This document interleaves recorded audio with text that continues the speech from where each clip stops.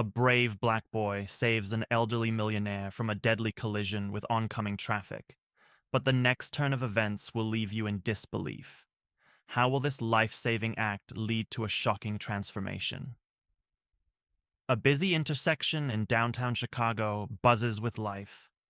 The sounds of honking cars, hurried footsteps, and conversations blend into a chaotic symphony. Pedestrians rush past, focused on their own lives, oblivious to the danger unfolding before them. Elijah, a 9-year-old black boy, weaves through the crowd, carrying a small bag filled with empty bottles. He lives in a tiny apartment with his sick grandmother and disabled grandfather. Every day he collects recyclables and runs errands for shopkeepers, earning just enough to buy food. It's not easy, but he's used to surviving on very little. Today is just another ordinary day. Or so he thinks. As he nears a crowded street corner, something catches his eye. An elderly white man in a wheelchair struggles to move. The wheels jam against a crack in the pavement, making it impossible for him to turn back. Elijah slows his steps, his instincts kicking in. Something isn't right. Then his breath catches. The man isn't just stuck, he's rolling straight into the street. His hands grasp desperately at the wheels, but they don't respond in time. The light is green. Cars speed forward, unaware. And then Elijah sees it. The glaring headlights of an oncoming truck. Time slows. No one else notices. The people beside him are too distracted, lost in their conversations, in their phones, in their hurried walks to wherever they're going. But Elijah sees, and he knows there's no time to think. His legs move before his mind can catch up. He sprints forward, his feet pounding against the pavement. The truck's horn blares, tires screeching. The crowd gasps. People turning just in time to see Elijah throw himself toward the wheelchair. With all the strength in his small body, he pushes the chair sideways, out of harm's way. The truck roars past, missing them by inches. Elijah stumbles to the ground, his heart hammering against his ribs. The world seems to pause, as if the city itself is holding its breath. Then the murmurs start. People whispering, pointing, trying to make sense of what just happened. The elderly man, shaken but unharmed, looks down at the boy who just saved his life. His pale hands grip the armrests of his wheelchair tightly, his chest rising and falling with rapid breaths. Slowly, his eyes meet Elijah's. Elijah swallows hard, suddenly aware of the dozens of eyes on him. He doesn't know what to expect. Gratitude, anger. He just did what he had to do. He looks away, brushing dust off his scraped palms, ready to disappear back into the crowd. But he won't get the chance. Because what happens next will change everything. Elijah's breath catches as he sees the glaring headlights of an oncoming truck. No one else notices. Have you ever had to act fast in an emergency? Tell us your story. Where are you watching from and what time is it? Elijah doesn't think. He just runs. His heart pounds in his chest and his legs move before his mind can even catch up. He isn't fast, but right now, he has to be. The truck barrels forward, its headlights glaring like two blinding eyes. The sound of tires against pavement fills the air, a warning of the danger speeding toward them. Every step he takes feels like an eternity, his small frame pushing against the resistance of fear and adrenaline. "Mister, watch out!" Elijah shouts, his voice cracking with urgency. But the man in the wheelchair doesn't hear him. The city is too loud, the sounds of honking cars and hurried footsteps swallowing his voice. The man's hands still fumble with the wheels, unaware of what's coming straight for him. Elijah's pulse hammers in his ears. He can see the truck's massive grille coming closer, its engine roaring. The people around them keep moving, oblivious to the unfolding disaster. No one else is reacting. It's up to him. At the last second, Elijah throws himself behind the chair and pushes with all his strength. His small hands press against the cold metal, his feet digging into the concrete as he forces the wheelchair forward. Every muscle in his body strains, his arms trembling under the effort. The chair tips slightly, wobbling as it rolls over the uneven pavement, but it keeps moving, just enough to clear the road. Elijah grits his teeth, shoving as hard as he can, his mind screaming that it has to work. Screech! The truck's tires scream as the driver slams the brakes. A rush of wind whips against Elijah's face as the massive vehicle skids past them, missing them by mere inches. The truck grinds to a halt a few feet away, its horn blaring in frustration. The deafening sound rattles his bones, but he barely notices. His breath is ragged, his hands still clutching the wheelchair. The metallic scent of the pavement fills his nose, mixing with the lingering exhaust of the truck. The moment is over in seconds, but it feels like a lifetime. The crowd gasps. Some people turn wide-eyed and stunned, but most keep walking, their attention already drifting back to their own lives. The near tragedy lasts only a moment in the chaos of the city, just another event in an endless rush of movement. To them, it is nothing. To Elijah, it is everything. His chest rises and falls in rapid breaths, his fingers aching from the grip he still has on the chair's handles. Slowly, he loosens his hold, realizing his knuckles have turned white. The old man is shaking, gripping the arms of his chair as if steadying himself. His chest rises and falls in uneven breaths, his face pale. Slowly, his hands unclench, and his eyes meet Elijah's. The boy expects him to say something, to thank him, to ask if he's okay. But the man just stares, his expression unreadable. For a long moment, neither of them speak. The sounds of the city fade into the background, drowned out by the unspoken weight of what just happened. Elijah swallows, suddenly feeling the weight of what just happened. His palms sting from scraping the ground, his knees aching from the impact of his sudden stop. But he doesn't care. He did what he had to do. His mind replays the moment, the way the truck nearly took them both, the way no one else moved. He saved a life today, and for the first time he allows himself to breathe again. The old man is shaking, gripping the arms of his chair. He looks up at Elijah, stunned. Would you risk your life to save someone else? Let's discuss. Elijah pants, his heart hammering in his chest. He barely notices the city noises around him anymore. The honking cars, the murmurs of the crowd, the rush of feet on the pavement. His hands shake from the effort, his knees still scraped from the impact, but none of that matters. He turns toward the elderly man, his breath coming in short gasps. Are you okay, sir? He asks, his voice filled with concern. The old man adjusts his expensive suit, his wrinkled hands smoothing the fabric as he gathers himself. His face is tight with suspicion, his sharp blue eyes scanning Elijah as if trying to make sense of what just happened. There's no relief, no gratitude, only skepticism. You saved me? His voice is sharp, disbelieving, as if the idea of someone like Elijah helping him is too strange to comprehend. Elijah nods, still trying to catch his breath.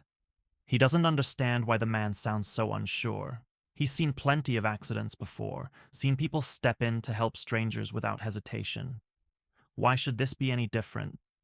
But something about the old man's expression tells him that, to this man, it is different. Elijah doesn't fit into the world the millionaire knows. He is just a kid, poor, invisible, someone who isn't supposed to be the hero in a place like this. Before the old man can thank him, a passerby scoffs. The voice cuts through the moment like a blade. That kid probably pushed him into traffic just to look like a hero. The words are loud enough for everyone nearby to hear, and suddenly the murmurs in the crowd shift. Elijah freezes, his stomach tightening as he feels the weight of suspicion creeping in. His hands curl into fists at his sides. He shouldn't care what people say, but it still stings. He just saved a life, and somehow, they still assume the worst. The old man narrows his eyes, his expression unreadable. He glances between Elijah and the growing crowd, as if considering whether the words might hold truth. The seconds stretch painfully long.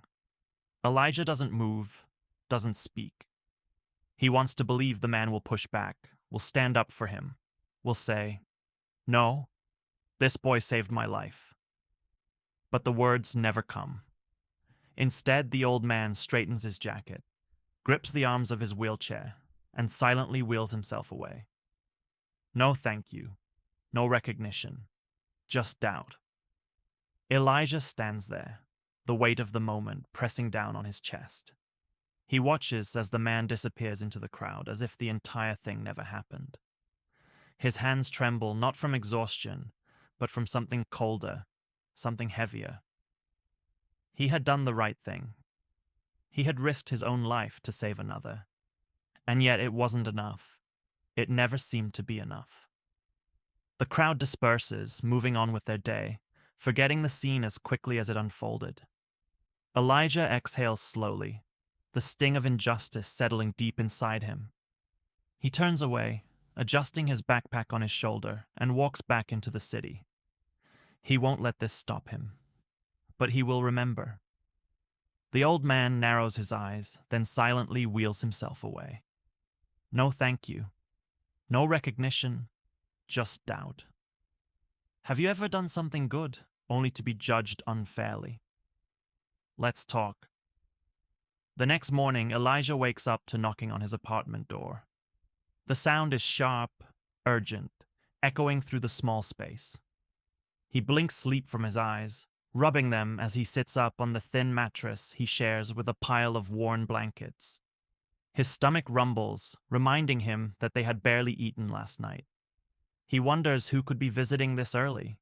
No one ever comes to their door unless it's the landlord asking for rent. The knock comes again, louder this time, making Elijah's grandmother stir from her fragile sleep. His grandmother, weak from illness, shuffles to open it.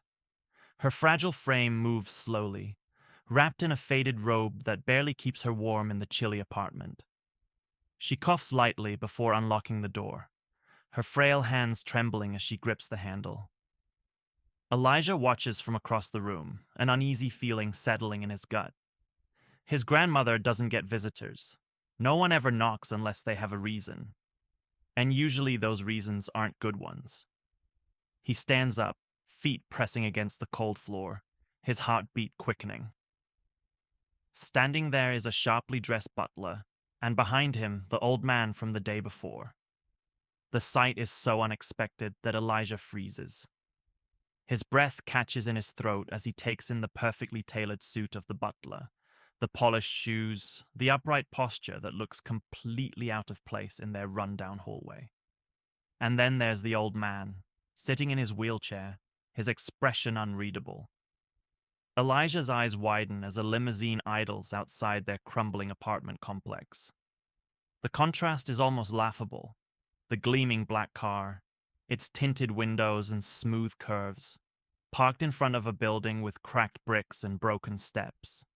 He doesn't understand what's happening, doesn't know why they're here. His pulse quickens, a mix of confusion and caution swirling inside him. The butler stands perfectly still, as if waiting for some kind of permission, but the old man doesn't look at him.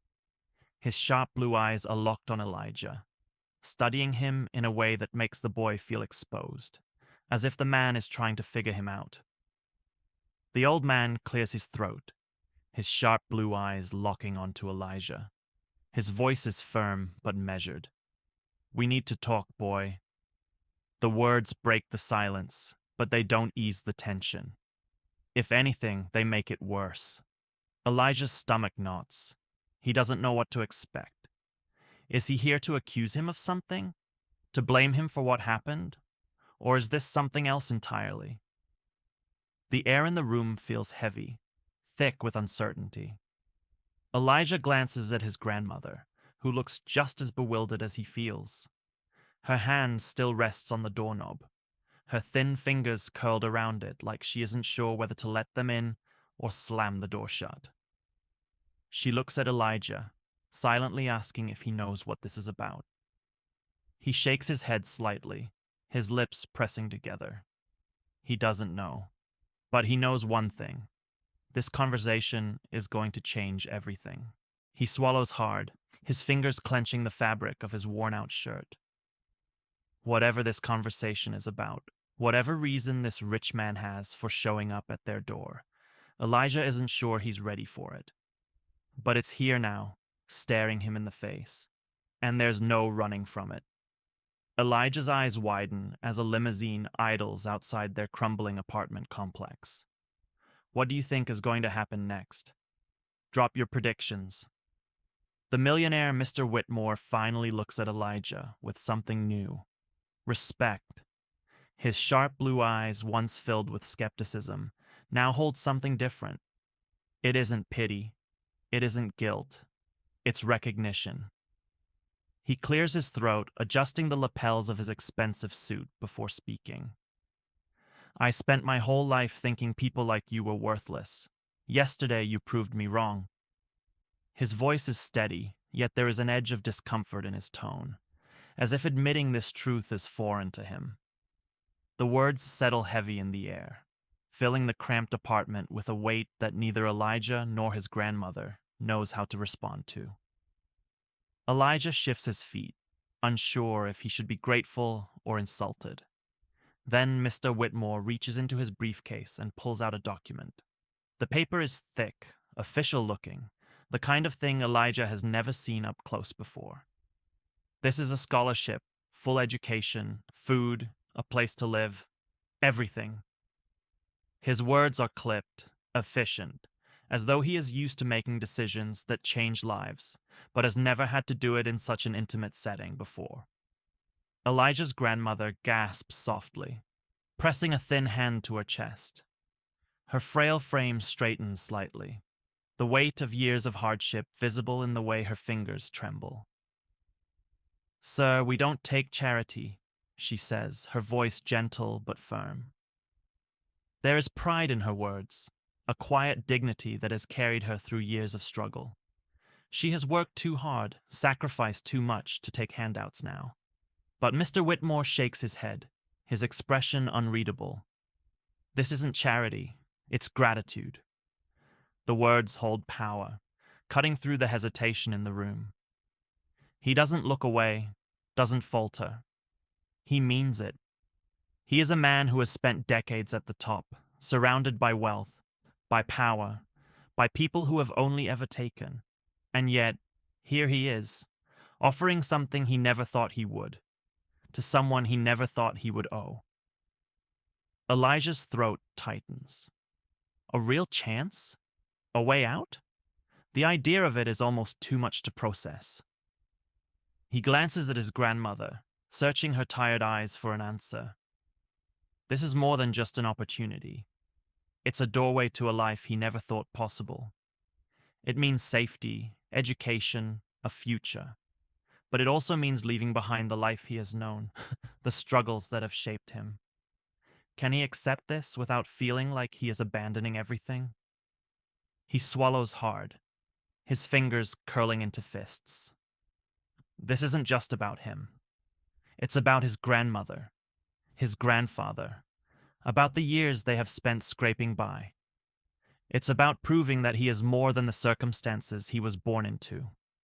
He looks up at Mr. Whitmore, his heart pounding. The decision sits between them, waiting.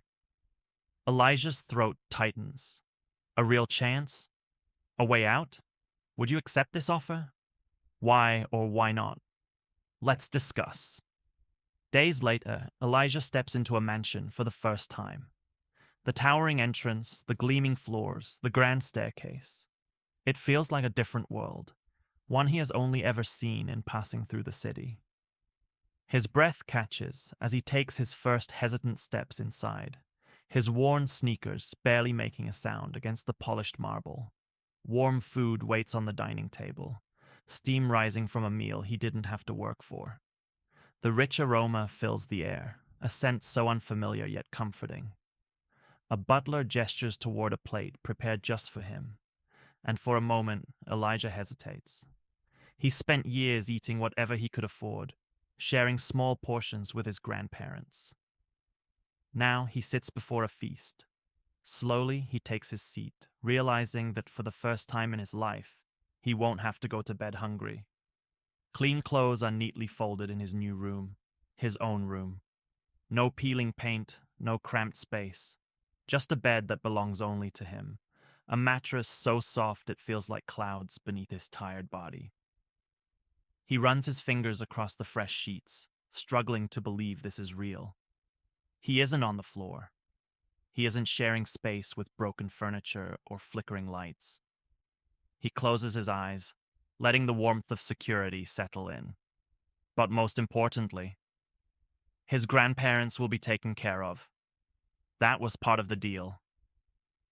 Mr. Whitmore made sure they wouldn't struggle anymore, that they would have the medicine and care they needed. The knowledge eases the knot of worry that has lived in Elijah's chest for so long. He can finally breathe, knowing that they are safe. Elijah starts school, determined to prove himself. The halls are bright, the students dressed in crisp uniforms, their lives untouched by hardship. He feels out of place at first, unsure of where he belongs in this world of privilege. But he doesn't let it deter him. He studies harder than anyone, fueled by the chance he's been given. The whispers about him, the curious stares, they don't matter. He knows who he is. He knows where he came from. And he knows what he wants to become. Meanwhile, Mr. Whitmore begins to change, softening, learning, listening. At first, he watches Elijah from a distance, his guarded nature still intact. But over time, something shifts. He begins to ask questions, to truly listen to Elijah's experiences.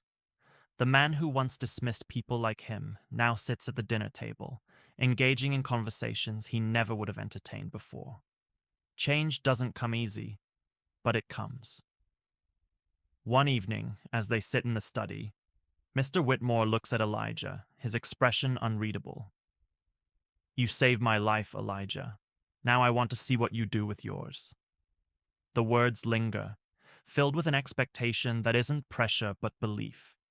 He sees something in Elijah: potential, resilience, the ability to rise above the circumstances he was born into. Elijah doesn't answer right away. Instead, he lets the words settle, lets the weight of them shape his thoughts. For the first time, his future isn't just about survival. It's about possibility. And that changes everything. "You saved my life, Elijah. Now I want to see what you do with yours. Do you believe kindness can change people? Let's talk about it." Years later, Elijah, now a young man, wheels Mr. Whitmore through a garden. The once cold, distant millionaire has aged, his once sharp features softened by time. The garden, filled with blooming flowers and the scent of fresh earth, is quiet except for the rustling leaves and the occasional chirping of birds. Elijah pushes the wheelchair along a stone pathway, moving at an easy pace. They have walked this path countless times before, but today feels different. Mr. Whitmore tilts his head slightly, taking in the scenery, his once calculating eyes now filled with something gentler: contentment. It is a stark contrast from the day they first met, when he looked at Elijah with nothing but suspicion and doubt. "Do you remember that day?"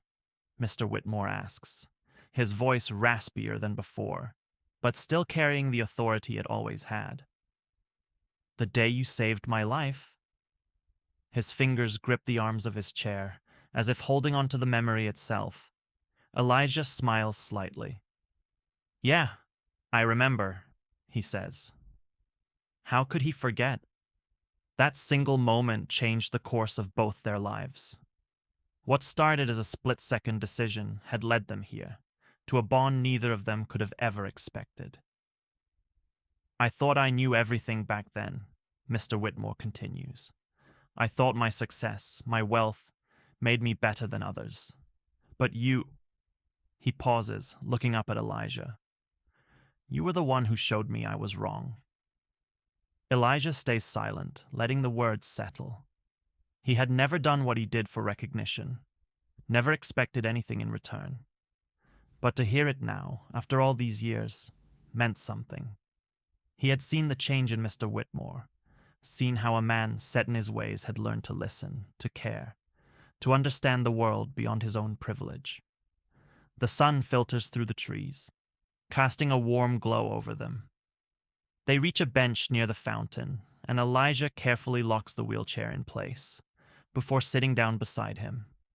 The air is filled with the soft hum of life, of nature moving forward, just as they had. That day I thought I was saving his life, Elijah reflects, looking at the sky, the past playing like a silent film in his mind. But in the end, he saved mine too. The transformation wasn't just Whitmore's, it was his own. He had been given opportunities, had built a future he never thought possible, had learned lessons that went far beyond books or classrooms. He had found purpose, found hope, and found a connection that proved kindness had the power to break even the hardest of walls. The wind carries a gentle breeze, rustling through the garden as they sit in peaceful silence. Mr. Whitmore nods slowly, a knowing smile tugging at the corner of his lips. You've done well, Elijah, and I have no doubt you'll do even better. Elijah exhales, feeling a sense of closure, but also a beginning. Life had brought them together in the most unexpected way, and in doing so, had changed them both forever. That day I thought I was saving his life, but in the end he saved mine too. What's the biggest lesson from Elijah's story? Let's talk in the comments.